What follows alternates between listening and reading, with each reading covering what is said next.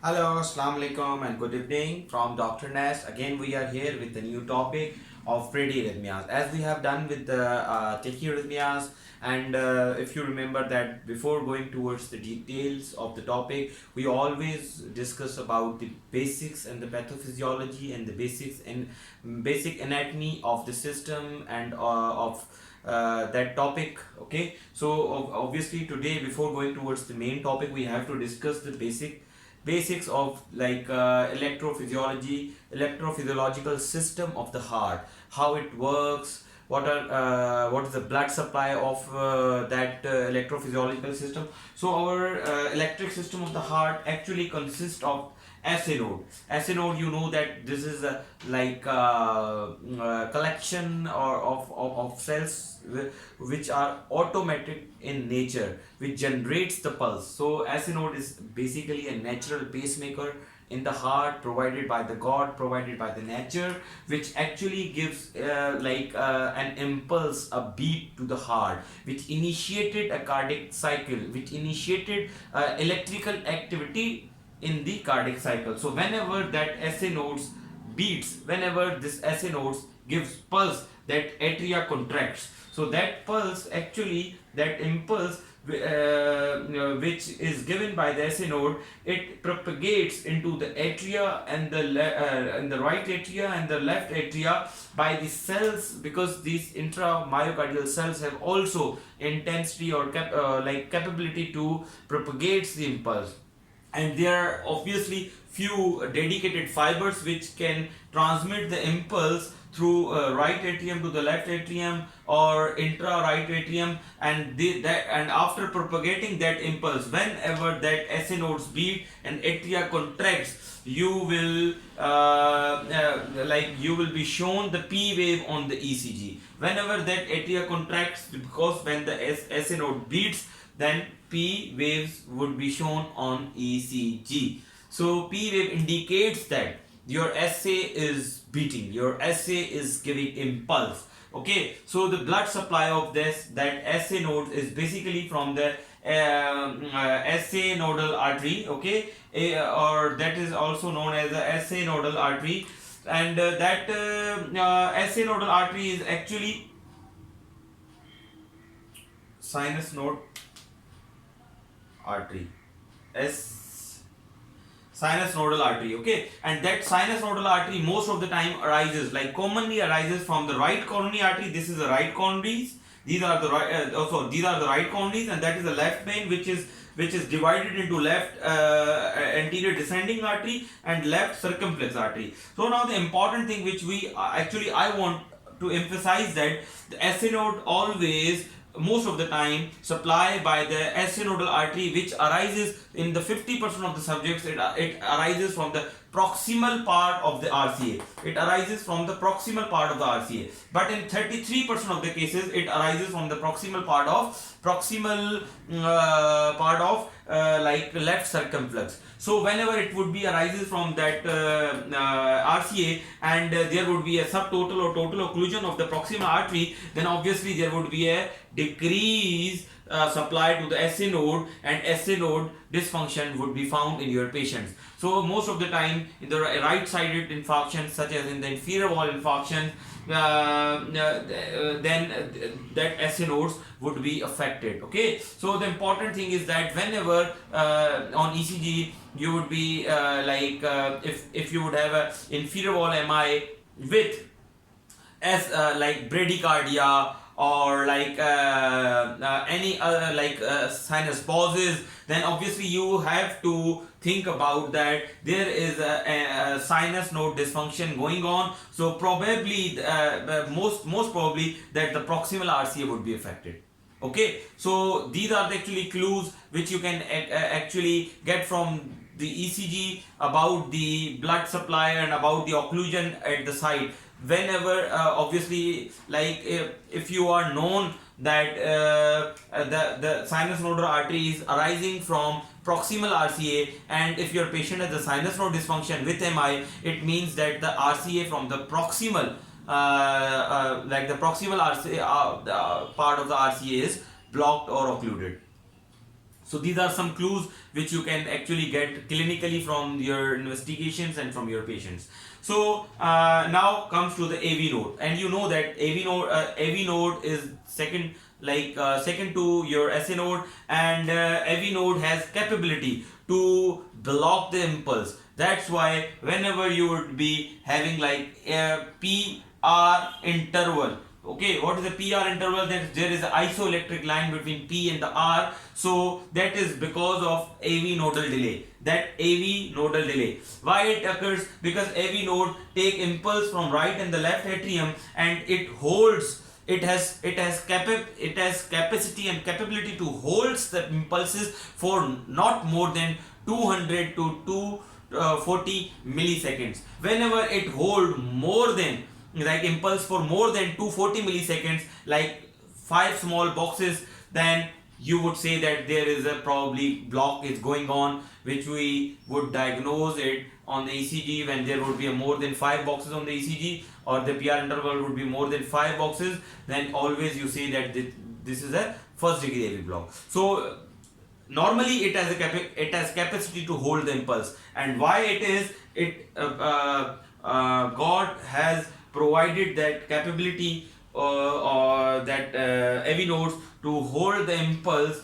Just why? Because when AV node delays, when AV node holds the impulse, it gives actually time to ventricle to fill from the atria. Whenever that atria contracts, actually the last phase of the diastole would be going on, so it actually gives some time to ventricle for preparation of systole. That's why. So everything in the nature has a reason. That's why AV nodal delay also has a reason. That is the reason. That's why AV node delays, AV node holds the impulse, because your RV and LV would be preparing in that delay for the systole. So when that impulse crosses that AV node, then it comes to that bundle of His. So the supply of that AV node is most of the time 85% by PDA. So the artery which is giving PDA, that would be either RCA or left circumflex. If that PDA would be arising from RCA, then you obviously know that you will tell that RCA, you will label that RCA as a dominant, or you will label that patient, the system of that patient, the right dominant system. But if that PDA would be arising from left circumflex, then you would diagnose or you would label that patient or the system of that patient that left dominant system. Then the importance of RCA would not be that much that the importance of the left circumflex, because the PDA is actually important. Why? Because PDA supplies the AV node, PDA supplies that bundle of His, PDA supplies most of the lower part of the septum, intraventricular septum. That's why. So where the SA node presents, SA node, I forgot to tell you that SA node presents just at the junction of superior vena cava and the right atrium, at the anterior medial portion of the superior vena cava and the right atrium. And where AV node is present, AV node is present at the anterior medial position of right atrium, present at the right atrium just above the tricuspid valve, just above the these are the tricuspid valve, and this is the mitral valve. So it presents at the anterior medial position of the right atrium. It delays, and I told you what is the cause of that delay, why nature has given it is a capability to delay the impulse or to hold the impulse. And number two is that AV node is supplied by the PDA. So the artery which gives supply to the AV node is actually the dominant artery, is actually the artery who wins. So the artery, the winner artery of the system would be that artery who would supply the AV node. So AV node is sort of the king. So whoever supplies the AV node, that artery would be the dominant artery. If it is supplied by the RCA, that RCA would be dominant. If it would be supplied by the left circumflex, that left circumflex would be dominant. But if would be supplied by both, then they both would be dominant, and you would say that that patient has a co-dominant system. So in most of the time that AV nodal is supplied by the PDA, and in minor cases it would be supplied by some septal branches of that left circumflex or the RCA. Now the important thing is that PDA also gives that AV nodal artery which supplied that AV node, but that AV nodal artery also supplies that bundle of his. So the arterial supply of AV node is basically from the AV nodal artery, and that AV nodal artery also supplies the bundle of his, and you know that AV nodal artery is the continuation or the branch of the PDA, okay, posterior descending artery. Now the important that PDA also gives a septal branch to we will discuss it later on. So that bundle of his actually further continues or divides into the Purkinje, and the Purkinje into right fascicle, and that left would be divided into posterior fascicle and the anterior fascicle. Now the fascicular supply is also very important. Why? Because in most of the time myocardial infarction, when there would be a fascicular block, it tells the prognosis. Why it tells the prognosis? Because it tells us that where actually that block is coming from, and until where that block is in the heart, or from where that occlusion is placed in the patient's heart, and until where that blood is hampered in patient's heart.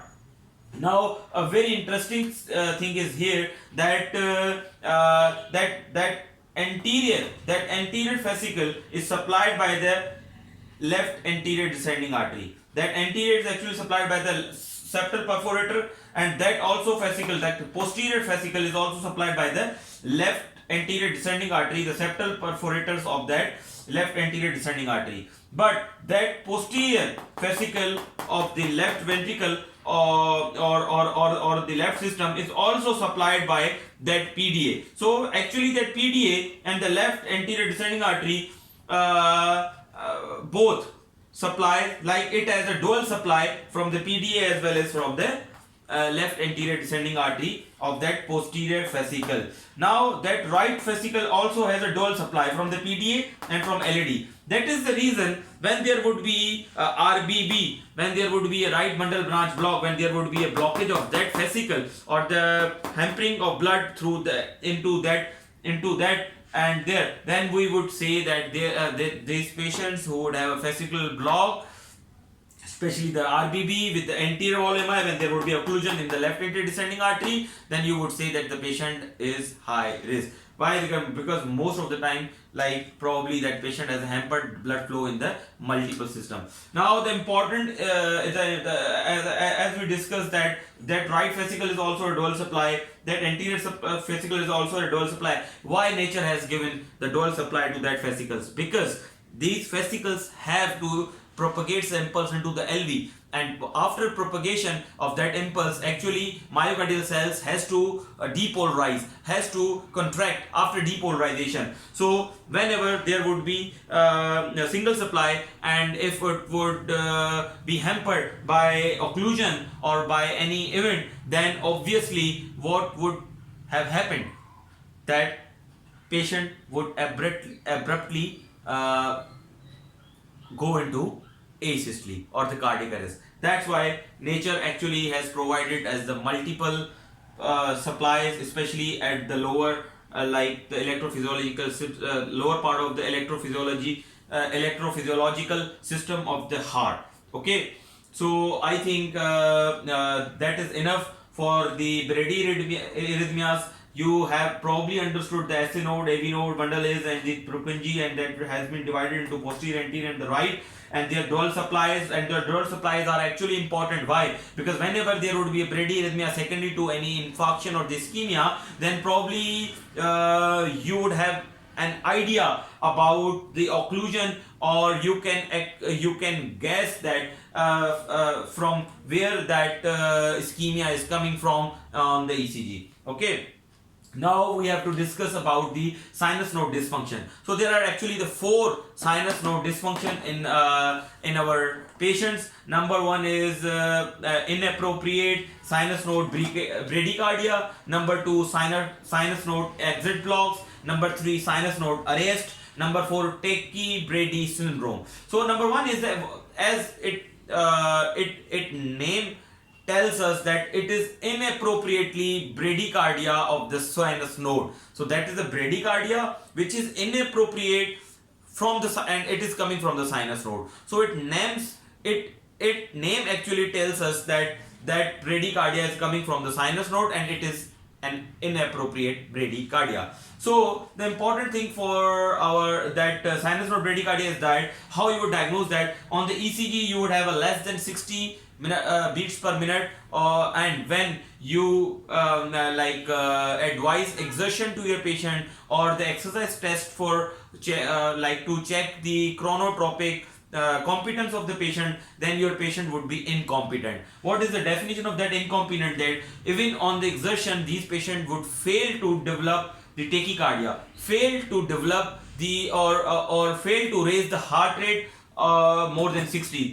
The maximum heart rate of those patients would not be more than 60 beats per minute. But in those patients you have to exclude the athlete subjects, because in most of the time in our athletes, because of adaptation or because of the persistent exertion or exercise, their sinus node function or their parasympathetic function actually on the sinus node is like this. Sinus node is actually supplied by two autonomic system. One is parasympathetic and other is parasympathetic and other is sympathetic. In parasympathetic or sleep and digest system, when you know that whenever you will be sleeping or digesting something, then your parasympathetic system would be dominant in all over your body, as same as in the sinus node. The sinus node is in the control of parasympathetic as well as in the sympathetic. When there would be a dominant parasympathetic on the sinus node, then the sinus node would be bradyarrhythmic, would be bradycardic, like it would give less impulses to the heart. Then your heart would have a slower heart rate, it would beats slow. Why? Because of the parasympathetic, and parasympathetic is actually giving information to the SA node that you have to beat slower now. You have to beat slow. So whenever there would be a sympathetic, like fight and flight response, like dog is coming and barking to you, or like if you are in a hurry to go somewhere, or if you have an anxiety, then your sympathetic system would be dominant on your body. Whenever your sympathetic system would be dominant, then the SA node has to beat fast. That's why in anxiety you would have a tachycardia, or in the exertion, whenever there would be a sympathetic system, whenever there would be a dominant sympathetic system or any condition of the body in which your sympathetic system would be dominant, then your SA node has to beat faster. That's why in most of the conditions your you guys become tachycardic, such as exertion, such as gaming, such as fight and flight response, such as in anxiety, such as in mental or physical stress, or in any condition in which the sympathetic system overcomes or become a dominant on the SA node or in the body, your heart has to beat faster. That's why your heart rate would increases.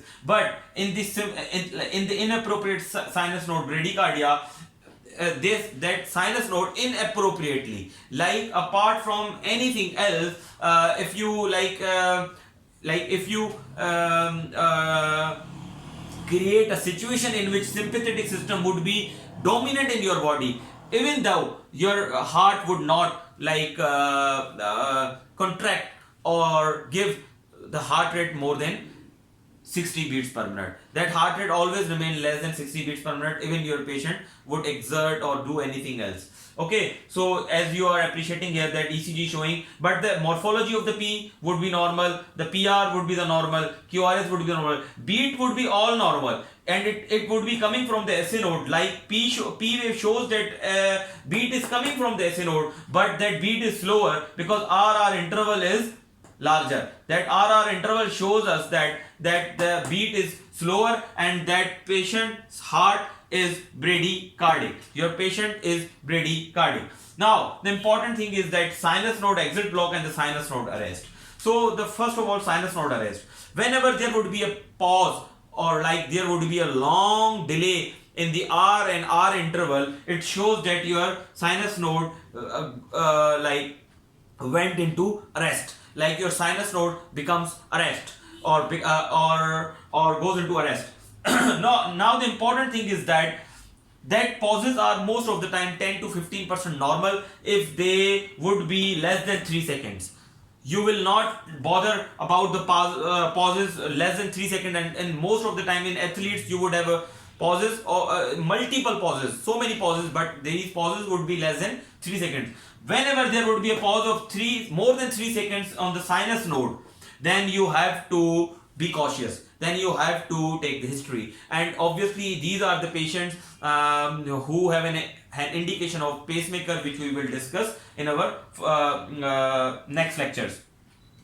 So that sinus node exit block is actually same. So what is the difference between arrest and exit block? The sinus node arrest means the sinus node has become inefficient.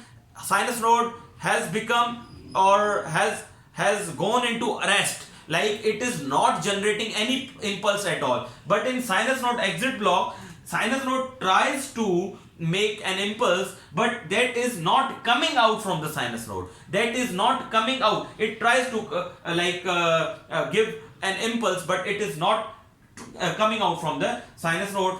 So the difference between these both is very rare, and you would not actually on ECG diagnose it, or you cannot differentiate between the sinus node exit block and the arrest on the ECG. And number two thing is that in the sinus node exit block sorry, and in the sinus node exit block, actually the interval of the pause will be multiple of the PP interval, like one P interval and other P interval. When you will calculate it and you will take the multiple of that PPP, you would have that interval of the PPP actually would be the equals to that pause. So now here the tachybrady, as this name shows, that tachybrady means sometimes your patient would have a tachycardia, and after very few seconds or microseconds your patient would have brady. So your patient would complain about the palpitations or the slowing and the fastening of your heart. So your patient complains about that, Dr. Saab, sometimes I feel my heart beating faster, and sometimes I feel that it is slower, and sometimes I feel my heart and sometimes